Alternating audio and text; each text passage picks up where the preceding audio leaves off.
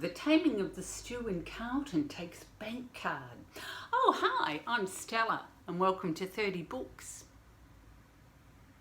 Little bit of audio description before we start. You have caught me reading Eating Out in Melbourne 1977. Peter Smart reports over 130 restaurants. 1977, back in the day when Melbourne was thrumming with people going out. Not so much anymore, and big shout out to all the restaurateurs and people in hospitality who are perhaps doing it a little bit hard at the moment. It's not just artists doing it hard, and when I say just, I don't mean just.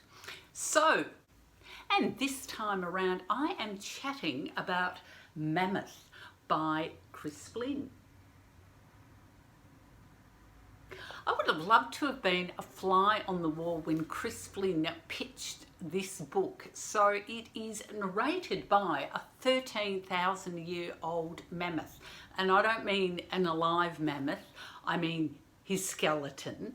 And he is narrating primarily to a type of dinosaur. Look, I'm not big on dinosaurs, but I think it's a T-Bata dinosaur. So go and Google that. And among the other objects or fossils that he narrates to, they're currently in a museum about to be set up, and I'm presuming in a type of diorama, is an Egyptian queen Hatshepsut. I hope I pronounced that correctly.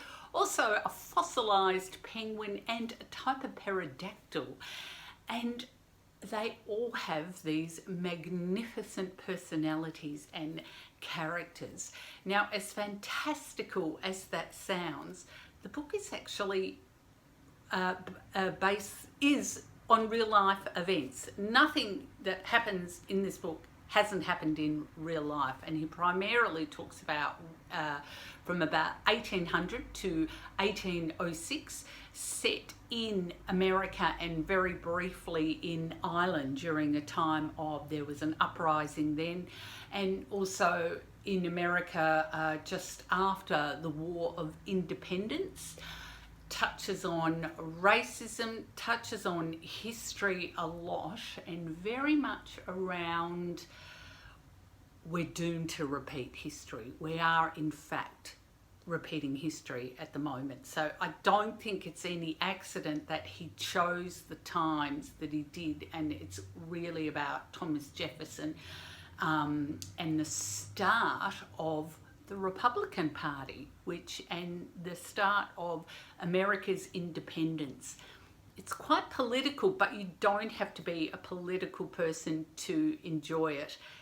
And when I say enjoy it, I really mean enjoy it. This is such a lovely, funny, witty, warm book. There is something very poignant about it, especially when the Mammoth talks about how he came to his death. It's really quite beautiful.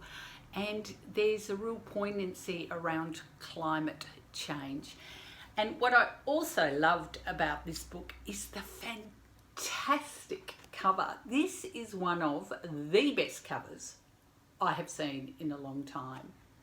And I'll give you an audio description. It has like this animated or cartoonish picture of a mammoth with great big white trunks and green and blue and black outline, and this great typography with Mammoth written across it in a fantastic font with Chris Flynn in white down the bottom. If you're looking for a book to get you through lockdown, a lot of people are saying that they can't currently read. They've got a short attention span and they're just getting through surviving on Netflix, which is absolutely valid and wonderful. I wish we had some more Australian shows that we could get hooked into. So if you're looking for a book that is going to be a bit of a page turner and going to give you a bit of hope, like it's not a sad, desperate book. It's this book, Mammoth by Chris Flynn, is the book I would suggest. And I bought my copy from Jeffrey's Books, one of my favourites in Glenferrie Road up in Malvern, for $29.99, which means that Chris Flynn gets about 10% of that, which is $3. Now, what can you buy for $3, especially if you're isolating and try not to go to the shops a lot? Wow, it's not rocket science, is it? It's a mask. Put one on. Well, we have to now in Victoria.